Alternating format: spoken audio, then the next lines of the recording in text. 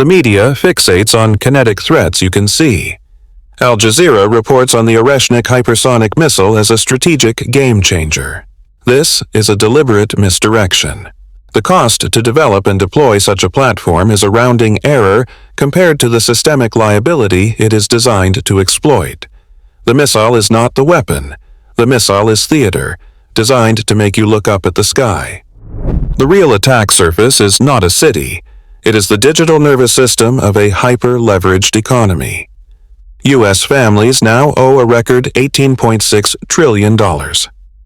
This is not a statistic. It is a national solvency crisis in waiting. Every transaction, every mortgage payment, every credit card swipe is a data packet. The adversary's objective is not to level a building, but to stop the packets. The silent vector is where the true war will be fought. According to CSIS analysis, 97% of all global data, including financial transactions, travels through a few hundred undersea fiber optic cables. This is the jugular vein of the global economy. Severing a handful of these in key locations requires no hypersonic arsenal, only a submersible and a cutting tool. The kinetic cost is near zero. The economic damage is absolute. Phase 2 of the Silent Protocol moves from the ocean floor to low Earth orbit. Strategic satellite blinding, using ground-based lasers or co-orbital assets, severs the secondary nodes. GPS is denied. Military command and control is fragmented. Most critically, the precise timestamping required for trillions in daily market transactions is gone. The market cannot function. Liquidity evaporates instantly. This creates the blind Leviathan, a nation-state with unparalleled military and economic mass suddenly without senses. It cannot see its assets, command its fleets, or process its own currency. The adversary does not need to defeat it in battle. They only need to unplug it and watch as it collapses under the mathematical certainty of its own systemic debt. The silence is the weapon. The collapse is the kill. The accepted narrative is that nations initiate conflict from a position of strength. This is a fundamental misreading of the current geopolitical environment. The primary motive for kinetic escalation is no longer strength, but systemic weakness. We are witnessing the weaponization of the solvency crisis. When a state's internal liabilities, its promises to its own people, its national debt, become mathematically unserviceable, its leadership is presented with a terminal choice. Option 1 is domestic collapse. Option 2 is to externalize the crisis. War becomes an instrument of national accounting. Consider Russia. Analysts at CSIS have noted that the war effort is not merely a foreign policy objective, but a mechanism to manage severe domestic liabilities and suppress dissent from an unpopular conflict. The state's weakness forced a pivot. It could no longer afford the pre-war economic model. A solvency crisis was imminent. This weakness mandates a shift in protocol, from symmetric warfare to asymmetric leverage. A nation staring at default cannot afford a peer-to-peer arms race. It must develop low-cost, high-impact platforms that invalidate an opponent's high-cost systems. The objective is not to win a war, but to make defending against it financially ruinous for the adversary. This is the strategic logic behind the deployment of the Oreshnik hypersonic platform. It is a kinetic tool engineered for an economic outcome. It's designed to exploit the primary liability of its target, debt. In the United States, families now owe a record $18.6 trillion. That $18.6 trillion liability is the true target. The kinetic threat creates an unsolvable equation. Defend against it everywhere, at all times, and accelerate your own solvency crisis. Or don't, and concede strategic ground. For a rival state, triggering this dilemma is the most cost-effective action available. It is not malice, it is mathematical incentive. The core of the asymmetric protocol is economic. Analysts at the Royal United Services Institute, or RUSI, have quantified the new battlefield calculus. A $5 million main battle tank is now a systemic liability when it can be mission-killed by a $500 drone. The kinetic cost-exchange ratio has been inverted. This is not a tactical problem. It is a solvency crisis expressed through kinetic action. This is the democratization of violence. Lethality is no longer the exclusive domain of nation-states with vast industrial bases. The barrier to entry for projecting force has collapsed. An adversary does not need to build a navy. They need to build a swarm.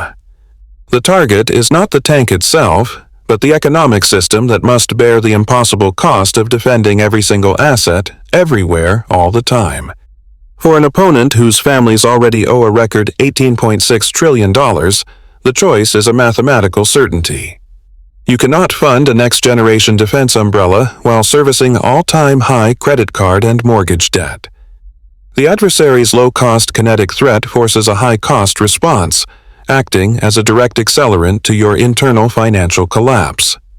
This is not warfare, it is leveraged asset liquidation on a national scale. The accepted model of global stability has been rendered obsolete. The new doctrine operates within the gray zone, geopolitical vacuums where state control has collapsed. These are not sovereign failures, they are strategic assets. Adversaries do not view the unraveling of a state like Venezuela as a tragedy, but as the creation of a forward operating base. Official documents confirm this protocol. U.S. State Department do not travel advisories are no longer just for tourists. They are a de facto map of uncontested staging grounds for non-state and state-backed actors. These are the laboratories where the tactics of systemic corrosion are perfected. These gray zones serve one primary function: to create a platform for kinetic leverage against a financially overextended target.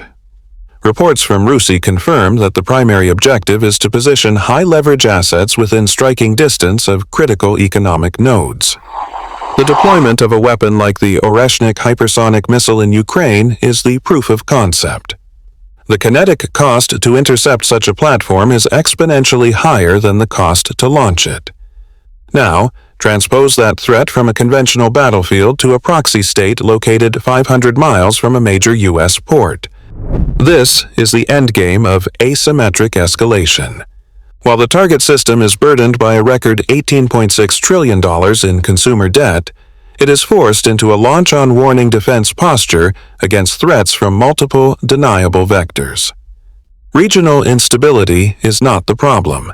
It is the delivery mechanism. The math is irrefutable. It is cheaper for an adversary to weaponize a failed state than for a near-insolvent empire to defend against it. The launch-on-warning doctrine is not a strategy. It is a systemic tripwire. According to RUSI, it is the protocol for a nation that cannot afford to absorb a first strike. It dictates that if early warning systems detect an incoming nuclear launch, a retaliatory strike is launched immediately, before the incoming warheads can impact and destroy command and control. This protocol has a fatal dependency: absolute trust in the data. Now, introduce the fog of digital war. An adversary does not need to launch a physical missile. A targeted cyber attack that blinds or spoofs early warning radar forces the exact same dilemma. The screen goes black, or worse, it shows ghosts. The commander is now operating with zero certainty and a compressed timeline, a problem accelerated by the deployment of hypersonic platforms like Russia's Oreshnik missile, as reported by Al Jazeera. The flight time is measured in minutes. Hesitation risks total annihilation. Launching on a ghost signal triggers global escalation. This is the ultimate leverage created by systemic debt. With U.S. families owing a record $18.6 trillion, the nation lacks the solvency to build the hyper-resilient, redundant, and hardened sensor networks required to defeat such a spoof. The adversary's most cost-effective kinetic option is not to fire a missile, but to deploy a line of code, forcing the over-leveraged state to choose between bankruptcy and apocalypse. The economic liability creates the mathematical incentive for the attack. The mathematical certainty of a solvency crisis is not a future projection. It is the current state. U.S. consumer debt has breached $18.6 trillion, a systemic liability that functions as the primary collateral in a geopolitical zero-sum game. This is not a market downturn. It is a pre-staged structural failure, mirroring the protocols observed in state collapses like Venezuela. The economic fragility is the attack surface. The deployment of hypersonic platforms like the Oreshnik is not about achieving military parity. It is an instrument of economic leverage. The kinetic cost to intercept such a platform is exponentially higher than the cost to launch. This creates an asymmetric escalation protocol. An adversary does not need to win a war. They only need to credibly threaten a high-value economic node to force a defensive allocation of capital the target nation does not possess, accelerating its own financial collapse. The calibration forecast.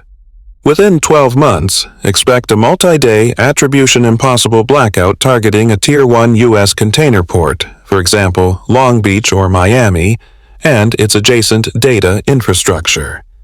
It will be publicly diagnosed as a cascading grid failure or novel ransomware. The objective is not destruction, but data collection. This calibration shot will measure the precise kinetic cost required to trigger a systemic liquidity event and test the political response matrix under financial duress. It is a pre-kinetic stress test of national solvency.